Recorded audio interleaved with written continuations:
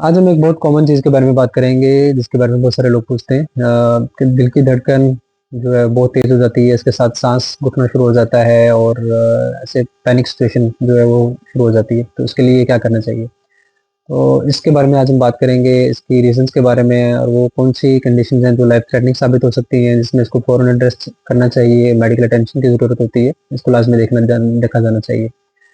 तो सबसे पहले हम बात करेंगे कि इसकी कॉमन जो हार्ट का नॉर्मल रेट है वो क्या होता है, वो 60 से 100 के दरमियान होता है। इवन इसके दौरान भी कई लोगों को पाल्पिटेशंस यानी कि दिल की धड़कन का महसूस होना जो है फ़ील हो सकता है।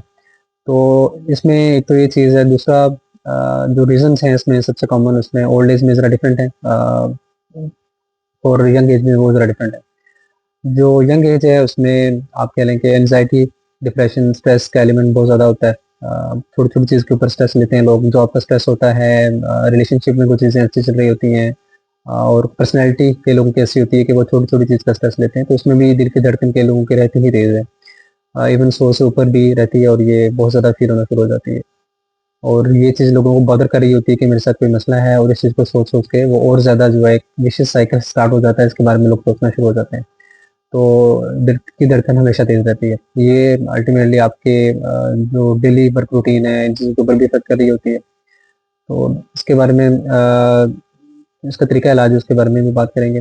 दूसरी रीज़न इसमें खून की कमी, यंग फीमेल्स में जो है वो मोस्टली एनीमिया होता है, आयरन डेफिशिएंसी की वजह से हो सकता है, ब्लड लॉस की वजह से हो सकता है। इसको एड्रेस करना चाहिए। इसके अलावा डिहाइड्रेशन, पानी कुछ लोग बहुत कम पीते हैं और एक्टिविटी अपना काम कम कर रहे होते हैं, उसमें भी ये चीज़ें हो जाती हैं।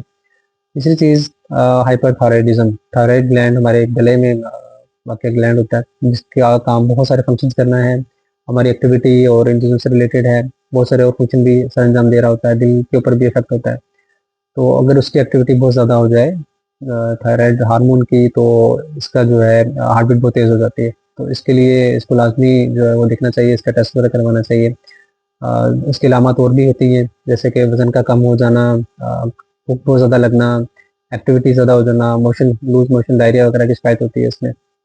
कुछ साइकोलॉजिकल इश्यूज़ भी इसमें आ सकते हैं। इसी तरह इसके कम होने की भी कुछ अलामत हैं, लेकिन इसमें हार्ट रेट बढ़ता नहीं है। फिर इसके अलावा चाय, कॉफ़ी, चॉकलेट का इस्तेमाल बहुत ज़्यादा करना, ये कैफ़ीनेटेड जो भी चीज़ें होती हैं, ये भी हार्ट रेट को तेज़ करती हैं। और कुछ ड्रग्स भी हैं जो कि इसमें रोल प्ले करती हैं, लेकिन वो अमूमन आईवी फॉर्म में, ड्रिप फॉर्म में लगाई जाती हैं और वो रेसिस्टेशन के प्रोसेस के लिए पर्पज़ के लिए यूज़ की जाती हैं। फिर हम ओल्ड एज की तरफ आते हैं। ओल्ड एज में भी एंग्ज़ायटी, स्ट्रेस वाला एलिमेंट भी है एक ऑब्वियसली ये तो हर घर की कहानी है जिसमें ये मसाइल चल रहे होते हैं।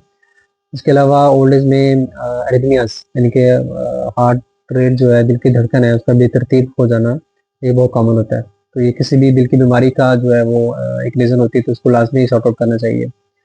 फिर इसके अलावा हार्ट अटैक की इब्तदा कुछ अलामत होती है, उसमें हार्ट फेलियर जो होता है, उसमें ये चीज़ हो सकती है।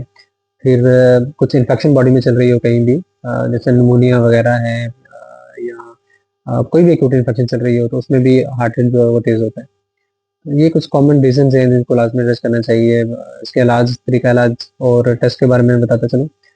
टेस्ट जो हैं वो जैसा कि मैंने बताया कि आयरन डेफिशिएंसी हो सकती है, उसको देखा जाना चाहिए। ईसीजी सबसे पहले होनी चाहिए ताकि देखा जाए कि हार्ट रेट बहुत ज़्यादा तो नहीं है। यंग एज में एरिथमियाज़ भी चल जाते हैं, मतलब यंग एज में भी चल जाते हैं, तो उसको भी देखना चाहिए।